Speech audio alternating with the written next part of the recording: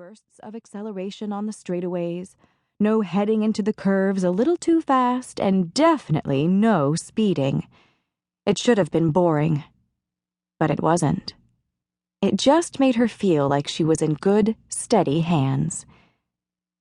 "I didn't need you to rescue me," she said. "I can take care of myself." Great. Now she really sounded like a kid. "You were out of your league tonight," he said. "Give me a break. I was okay.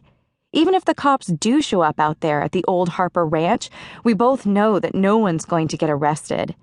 Chief Hobbs isn't about to throw kids like Tristan Brinker and Quinn Colfax in jail. I heard Aunt Sarah say that the chief wouldn't dare do anything that might get their fathers mad." "Yeah, my uncle says Brinker and Colfax have the chief and the whole damn city council in their pockets. But that doesn't mean Hobbs won't snag a few of the other kids tonight, just to show that he's doing his job." "So what? He'll give them a warning, that's all. The worst case scenario is that Hobbs would have called my aunt to come get me and take me home." "You really think that's the worst case scenario?" "Sure." She wanted to grind her teeth. "You're going to have to trust me on this, Lucy," he said. "You did not belong at Brinker's party tonight." "You do realize that by tomorrow morning everyone who was at the ranch tonight will be laughing at me behind my back?" Mason did not respond. She glanced at him. In the glow of the dashboard lights, his jaw looked like it was carved in stone. For the first time, a tinkle of curiosity whispered through her. "There's something you're not telling me, isn't there?" she said. "Let it go," Mason said. "Like I can do that now. How did you know that I was at Brinker's party tonight?" "Does it matter?" "Yes," she said. "It matters." "I heard rumors that you might be there. I called your aunt. She wasn't home."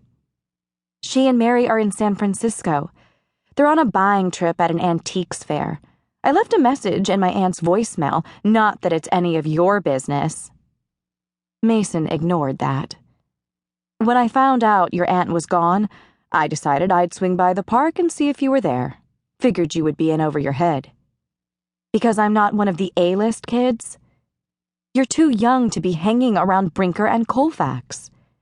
Jillian Benson is only a year older than me, and please, whatever you do, don't give me the lecture about jumping off a cliff just because all of my friends do it." "Jillian is not your friend."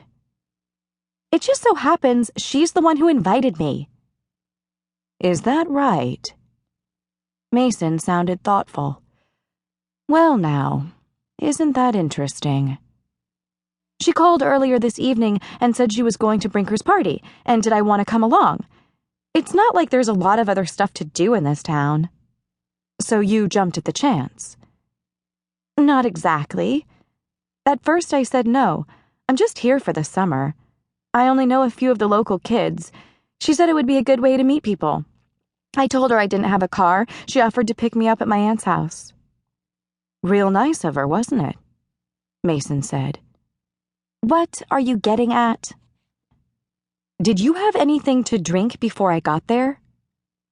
"Just some bottled water that I brought with me, and I don't owe you any explanations, by the way." "You didn't have any of whatever was in those unlabeled bottles that were in the ice chest?" "It was some kind of energy drink," Jillian said. "She told me that Brinker makes sure it's at all of the ranch parties. She said there's something special in it." "But you didn't have any?" "I didn't feel like getting drunk or high, okay?" She had no intention of admitting that the idea of consuming the oddly colored beverage had scared the living daylights out of her. The sad truth was that she had realized long before Mason had arrived that the night was destined to be a failure. She was just not cut out to live on the edge or push the envelope or take a walk on the wild side. Everyone said she was level-headed and responsible, not the sort to get into trouble. But those were just other ways of saying that she was boring and way too cautious. She was starting to think that she was doomed to remain on the outside of an invisible glass house forever, looking in at people who dared to take a few risks.